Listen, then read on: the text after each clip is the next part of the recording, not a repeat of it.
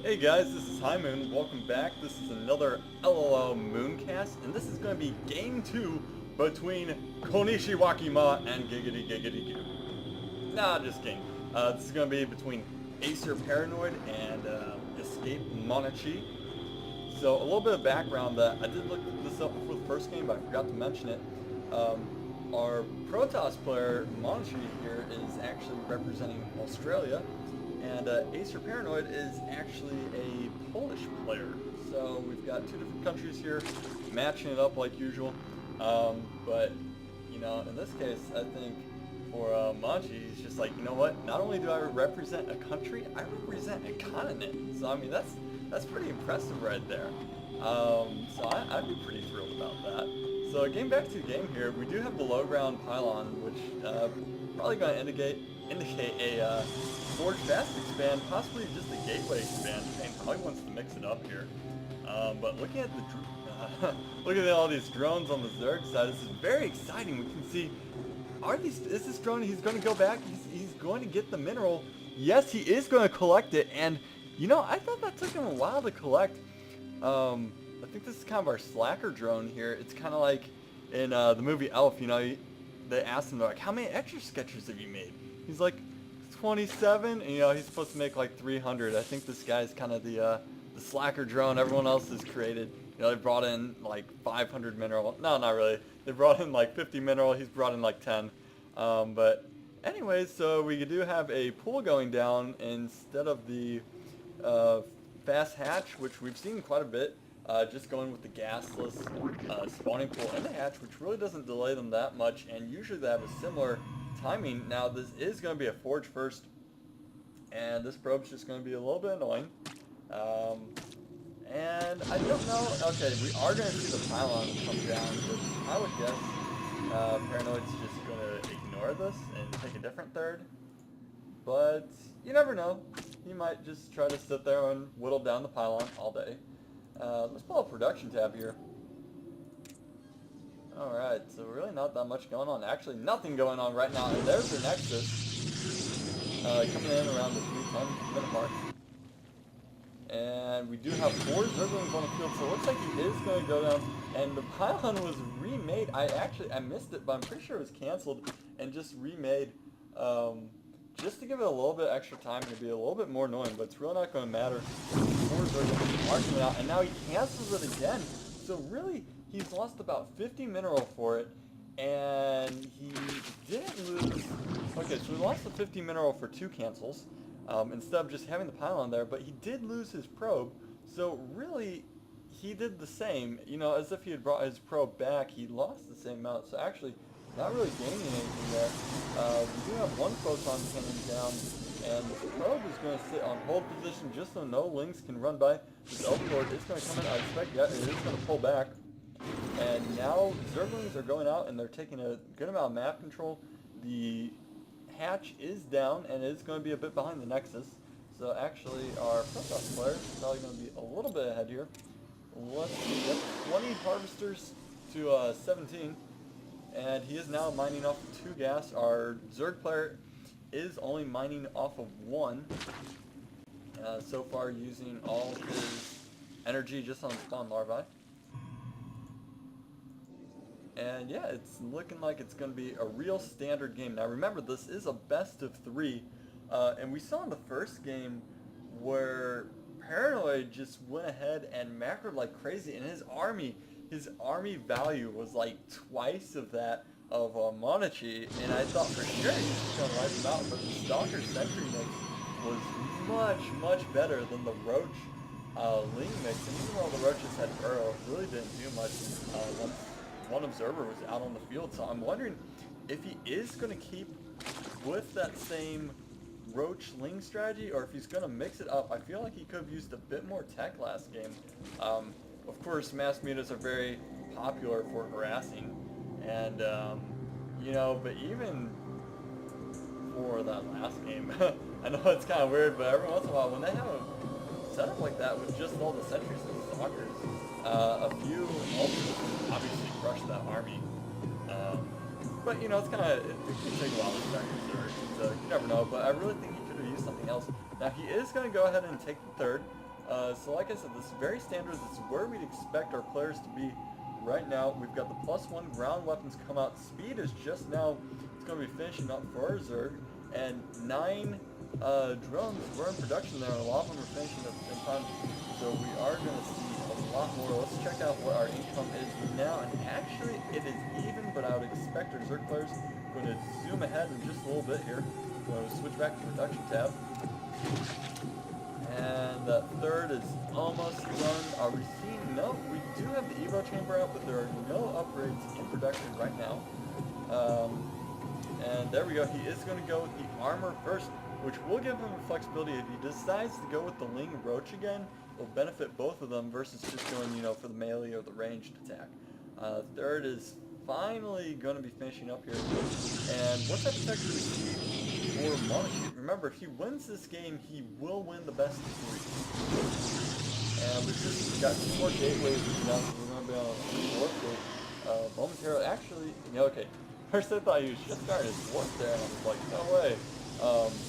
But it looks like he has finished his warp technology. And yep, his second 2 gates are switching in as soon as this next sentry. And like we saw in the first one, this is a lot of sentries.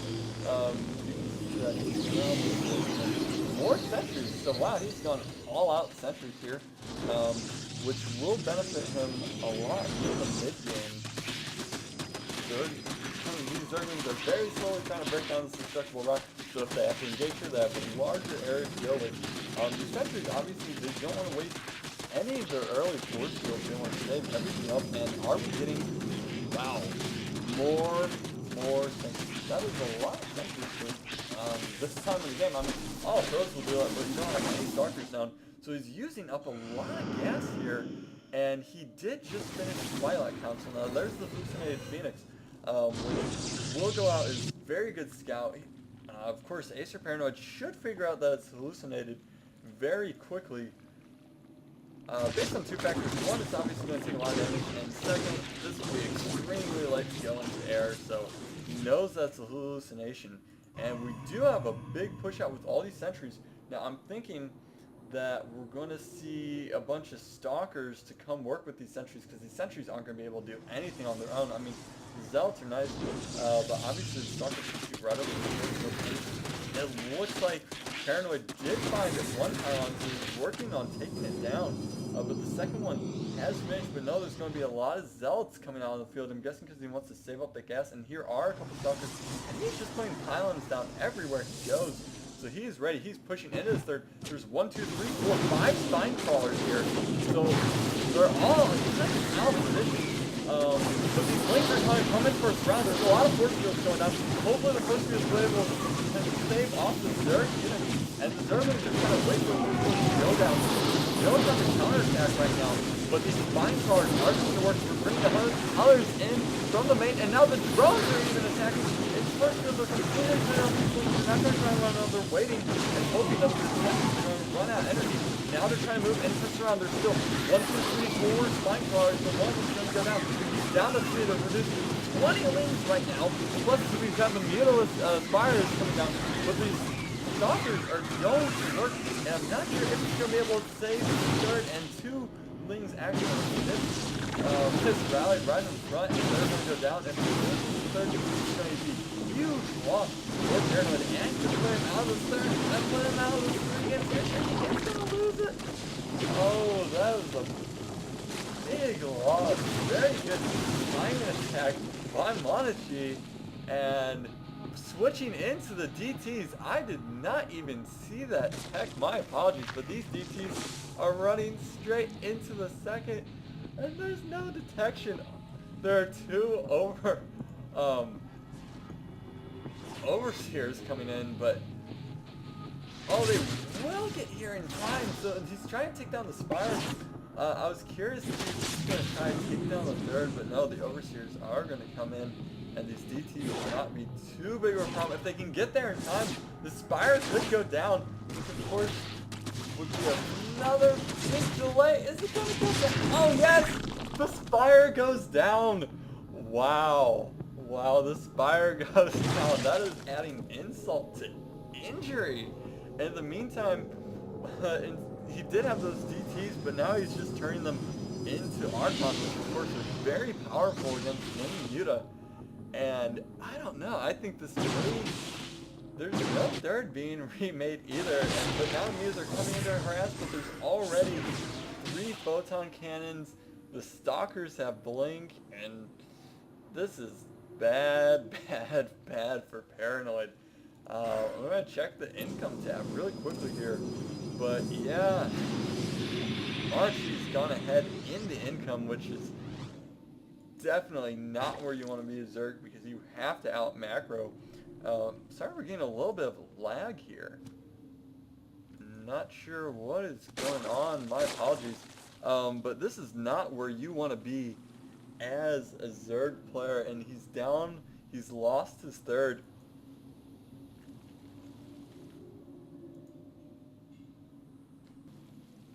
Sorry for the slight break there, I was trying to clear up a little bit of lag. But anyway, so he lost his third, which of course has put him way behind, and now his army, I mean, he went for the Muta Ling combo, so instead of going for the Roach Ling combo like he did last game, it looks like Monchi is actually supply-like right now. But remember, the Mutas, you know, once there's this critical mass of Link Stalkers, they just can't do anything. Plus there's lots of cannons down in the mineral line, so he's not going to be able to harass. Now this is a lot of Lings moving in, so he could try potentially to base race here, but I just think it's going to be GG as they move out across the field, and it is going to be a little of a base race, but I just think this is going to be game over for Paranoid. He's going to try to base race, but Muta's damage against buildings really isn't that great. It's going to take him a long time to take everything down. Plus, I would expect some units are going to be warping in. Yeah, he is keeping some Zealots in the back. But it looks like Paranoid has brought over a drone to make a hatch in the base of Monchi. So he is going to try to hold on for a little bit, but there's a secondary group that's moving back, and I am a little afraid if he splits these units, if this is going to be enough. Like, he's going to try to take up the building, but I'm almost afraid to do that. His first group got kicked off completely, and then the second group had to come in that would not. He could actually split and kill the army, but it doesn't look like that's going to be the case.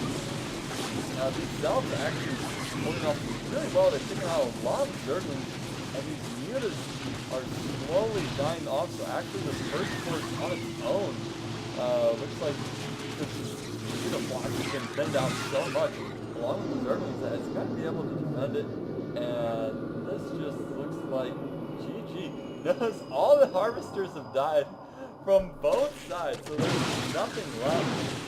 But just looking at the army tab right now, yep, there's the GG, and a much larger army, so victory for Team Australia, so that entire continent is psyched right now. But really good games, and like I said, my name is High Moon. This has been another LOL Mooncast. Like I said, I am just starting, so if you guys have any comments, things I can improve on, be sure to leave those in the comments at the bottom of the video. And that being said, I'm signing off.